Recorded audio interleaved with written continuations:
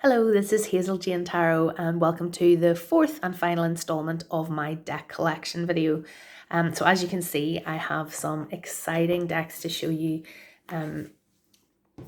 this in this video, and I'm going to start off with one of my more recent acquisitions. This is the My Tart Tarot deck by Isabella Rotman.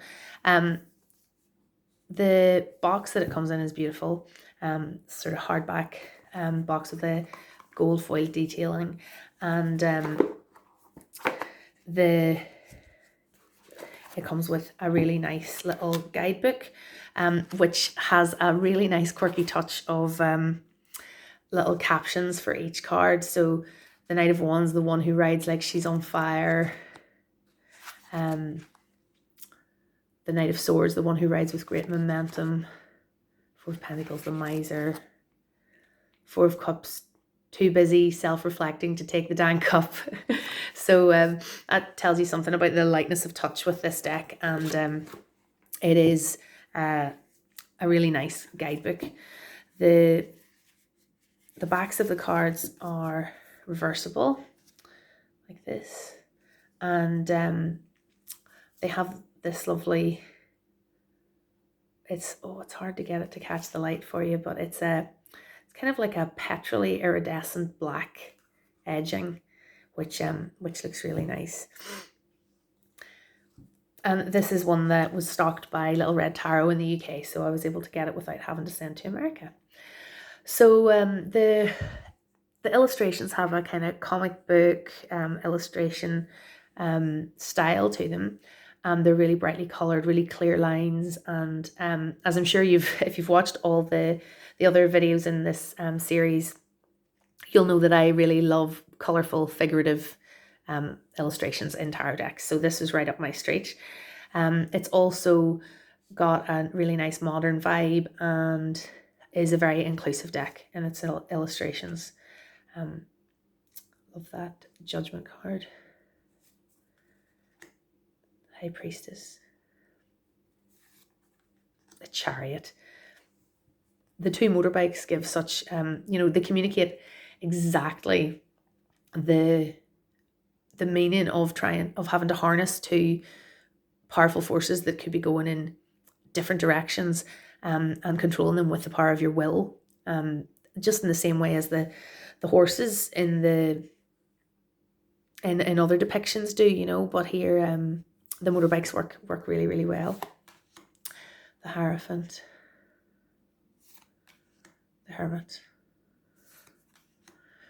And the genders for the court cards have been mixed up, so they're still called King and Queen and so on, but some of the kings are women and some of the, so it's mixed up like that.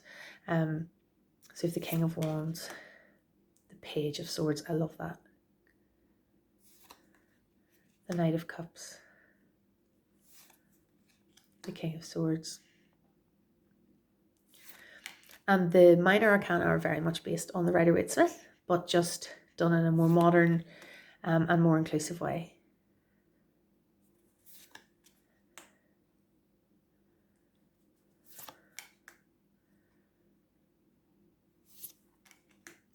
So you can see this deck is really simple to read with if you're familiar with Rider-Waite-Smith. If you were new to tarot, I think this would be a great deck. And the color scheming to the backgrounds works really well as well. The bluish tones for the cups, and then the reddish tones for the wands and so on. That means when this deck is laid out in a spread, it looks really fantastic. So this is, as I say, an independent deck. But if you are in the UK, it is available from Little Red Tarot, or it was anyway. And it's one I would recommend to anybody, no matter how long they've been reading the tarot. The Light Seers Tarot, this is also the independent, this is the independent version of it, which I pre-ordered. I probably wouldn't have if I'd realised it was coming out so soon as a mass market deck, but I suppose it is nice to have the little autographed and the numbered from the first edition independent version. The box is lovely, but I'm not a huge fan of these two-part boxes because they're awkward to get the cards out. And this is one where I will get a bag for this eventually. It comes with quite a large chunky guidebook, and some of the content in here was gathered on social media as Chris-Anne, the creator, was sharing images from her deck as it was a work in progress. So that's a nice touch. They have this lovely bright green edging and very nice backs, which if you have any of Chris-Anne's other decks, the back design is consistent, but just in different colors. I haven't got any of her other decks at the moment, but this one is really, really beautiful. So again, the cards are not unlike the Rider-Waite-Smith, but in a more modern setting. The people in this deck, are all gorgeous. Like there's the devil, and they kind of live in a world that I would quite like to live in. You know, it's a really beautiful kind of boho, sunny world. It's quite a representative deck, mixture of different peoples. Although they are all young and beautiful, there's a mixture of different relationships and different races and so on depicted. The moon was one of the cards that encouraged me to sign up for a pre-order for this deck because it's so beautiful, gazing up from the depths. And the court cards have a lot of personality. They're really nicely expressed. I think here we have the Pentacles, so the Page of Pentacles, the Knight of Pentacles, taking his time, the gorgeous Queen of Pentacles, the King of Pentacles, and then some of the minor arcana. So there's the Ten of Cups, the Ten of Pentacles. It's just lovely, different families that are depicted, and they're just very joyful and colourful. The Nine of Wands, the Nine of Swords, really lovely depiction of the Nine of Swords. I love how the bed is just like a ghost of an outline. Like, so she may be safe at home in her bed, but she doesn't feel that way. The Seven of Cups, the Six of Swords, the Ten of Wands. So, I mean, this is a really beautiful deck. It reads really well. It's gorgeous, laid out in a spread. The only criticism, if I had any criticism, is that a little bit like the Moonchild Tarot, the cards are quite thick, and it makes it a little bit hard to work with, to bend if you were shuffling it or something like that. But that is a small criticism for a beautiful deck that I have used quite a bit and I will continue to use. Another gorgeous independent deck that I got last year is the Slow Tarot by Lacey Bryant. This was one that I kind of impulse bought and have no regrets. I remember gasping when I took it out of the box and started looking at it the first time. So it comes with a little card to say what number in the original first printing that is. It doesn't have a book really. It has this little pamphlet that's written by Drew Clark, who I think it explains in here was taught the deck creator Lacey Bryant about the tarot. So a lot of his ideas about tarot are reflected in the way the cards are depicted. I suppose they worked together on what was going to be in the images. But Lacey's art is absolutely stunning. Unlike a lot of recent decks that I've got, this does have borders, and I think they work very well because they're oil paintings. You get a sense of like a frame on the painting. But just the very undertaking of doing 78 oil paintings is pretty impressive. So here's the Magician. I love the energy just crackling from her fingertips, you know, as she draws the energy down into her working. The Emperor. the Hermit, the Tower, the Devil, the World. It actually came with 2 World cards, so that's the one I've picked for my deck. And it also has an additional card, this card, Atonement. There is no writing about this card in the book, so there isn't really any suggestion as to what the meaning was intended behind this. So it's been a nice one to sort of look at and journal about and consider the keyword of atonement and think about what that deck might mean. And I do keep it in the deck for readings.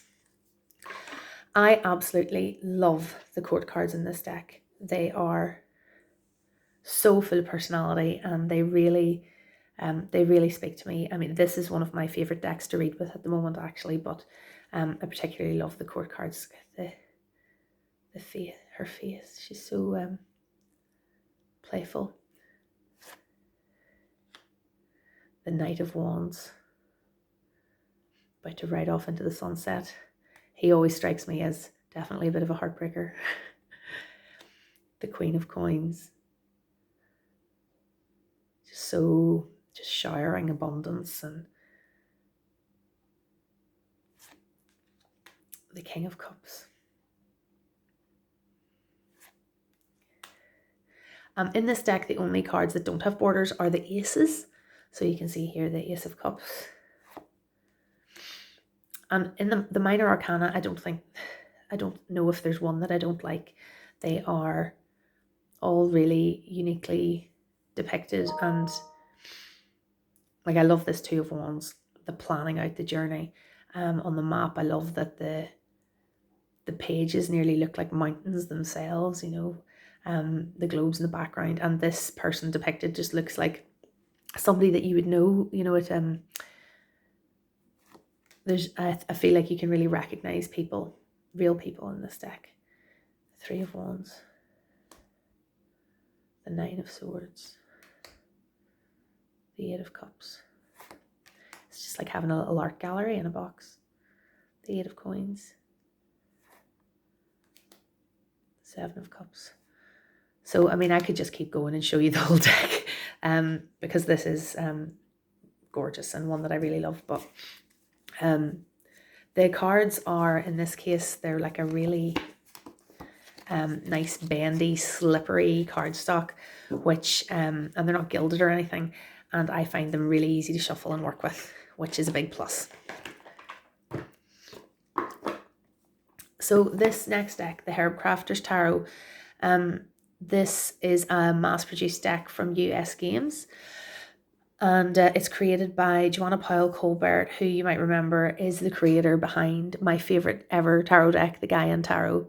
So she did the artwork for this deck, and it was written by Letitia Guthrie. So this is a collaboration between the two of them.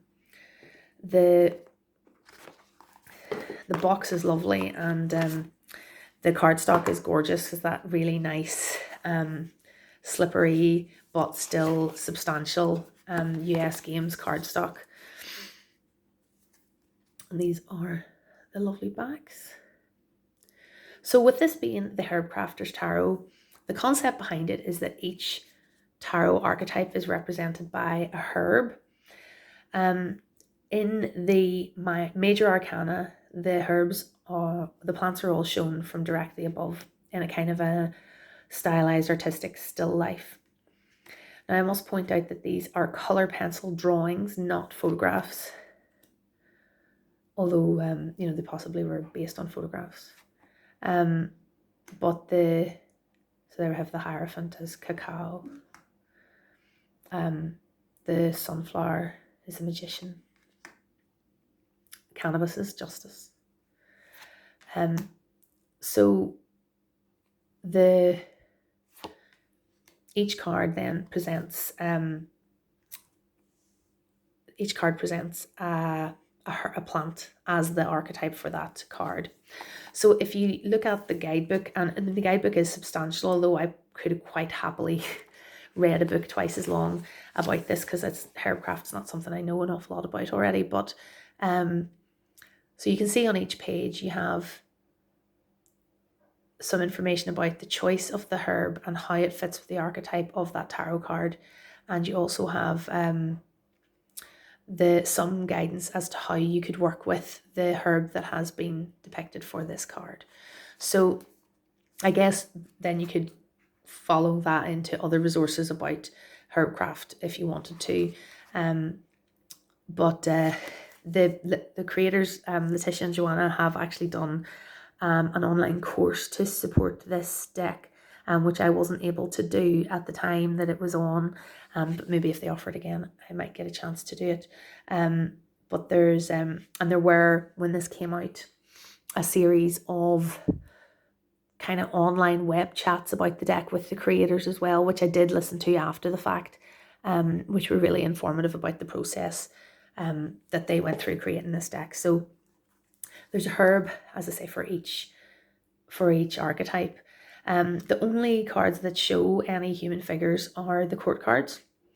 So the courts have been renamed, and they are to reflect 4 stages in a female herbcrafter's journey of learning and gaining mastery in herbcraft. And these names, forgive me if I mispronounce them. So we have the Hare of Fire, which I think is the daughter. The Adelita of Fire. Was that the warrior? Sorry, I should have looked this up again before I started filming. The Madre of Fire is the mother. And the Curandera of Fire is the healer. And you can see the hands of the person working with the herbs age as you work through as you progress through the suit. And then in the minor arcana, there's a whole system behind how they have been allocated. So they are tied to their element rather than cups and swords and so on. And each number corresponds to a different type of plant. And then fire represents herbcraft. Cups represents plants that can be used in herbs and in baths, or water, sorry. Earth represents plants that can be used to create tools or legacy items that can be passed on down the generations. And air represents plants in their natural habitat, and particularly tall plants. So you can see, for example, there's the 2 of water, the 3 of water. So like you can see very clearly it's lemon balm as a tea. The 3 of earth is raspberry. 3 of air, echinacea. I think 3s were plants that can be grown easily and abundantly. The 9 of air, pomegranate. There's something in the atmosphere of the way the plant is depicted in each card that does evoke something of the feelings that I would associate with the Rider-Waite-Smith, the sort of traditional meanings behind the cards. The 4 of air. But I think it is very helpful to have the guidebook and to see how the creators intended the herbs to tie in with the different meanings of the cards. The way I've been using this deck up until now is really for a 1-card draw to support a larger reading, maybe with another deck. And I found the message to be very supportive and healing to go along with the bigger reading. And I and others I've read for have used the herb that has been selected to actually go and work with that herb after having had the card pulled, and that has been a really beneficial way to work with the deck. But you could use it for full card spreads as well, because you have the full tarot archetypes there. Another really special deck that I have is the Vitruvian edition of the Spirit Keepers Tarot by Benabel Wynn. Everything about this deck is perfect. It's beautifully created. I mean, the boxes, it's just like a little jewel box. So this is the Vitruvian edition. It is the second edition of the Spirit Keepers Tarot. I was absolutely gutted to miss out on getting the original black and white first edition of the Spirit Keepers Tarot, and I'm still on the lookout for that because I love the sort of blank slate created by the black and white images, and I have gone through the process of colouring all of the major arcana from the printables on Benabelle's website. So Benabelle Wen, I'm sure you are familiar with her already. She's an amazing tarot teacher and expert. I've done a few of her courses. I read her blog, watch all her YouTube videos. I'm a big fan, and she has brought together an incredible amount of tarot knowledge in this deck, which is absolutely beautifully produced, as you can see. Lovely backs, lovely gold gilding. The cards are some of the nicest cards to shuffle and work with that I have. They make this beautiful sound as you shuffle them. And in the Vitruvian edition, you have this sort of very slight coloration to the images. So there's the Empress. The Chancellor is Justice. The Angel for Temperance. So you can see some of the cards have been renamed. The Holy See for the Hierophant. So these cards are full of esoteric symbolism. The Priestess.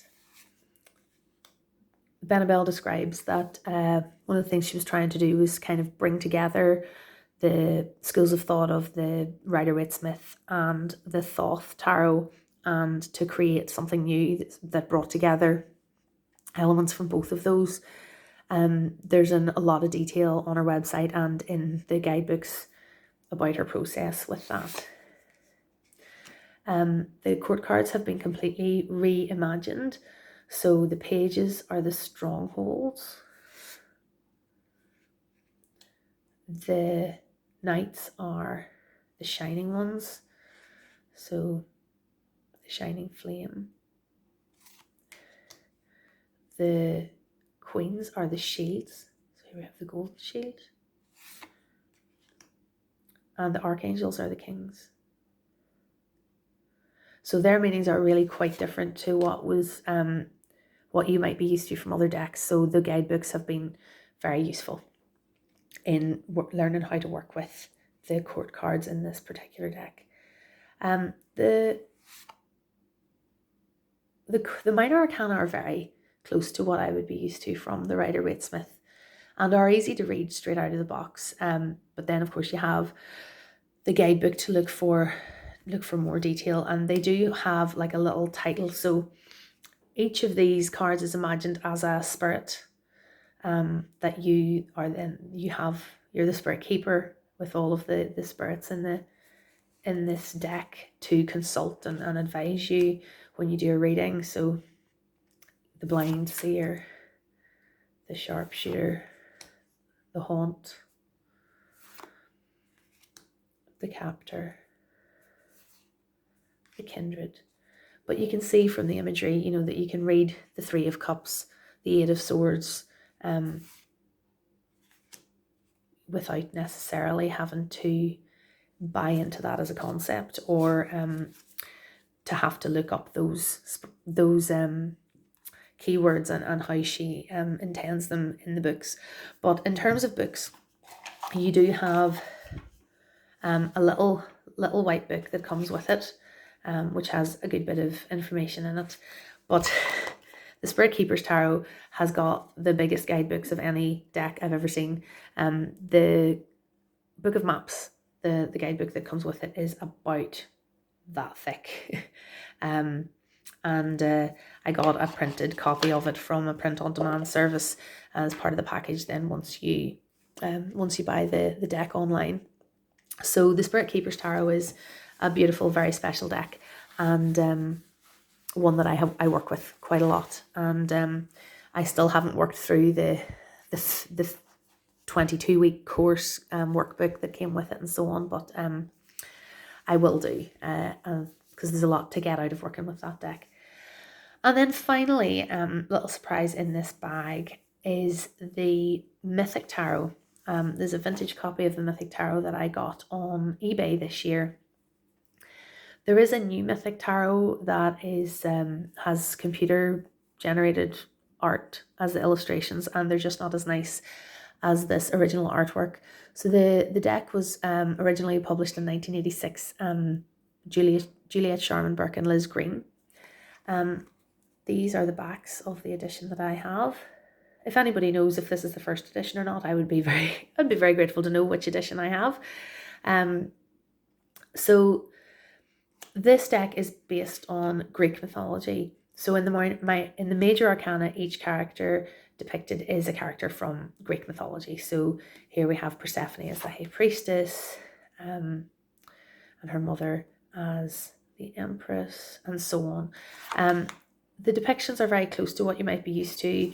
So even without a lot of knowledge of Greek mythology, you could still sort of read the images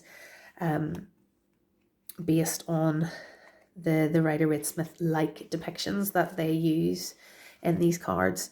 The guidebook, though, does tell you which character from Greek mythology each card is supposed to be.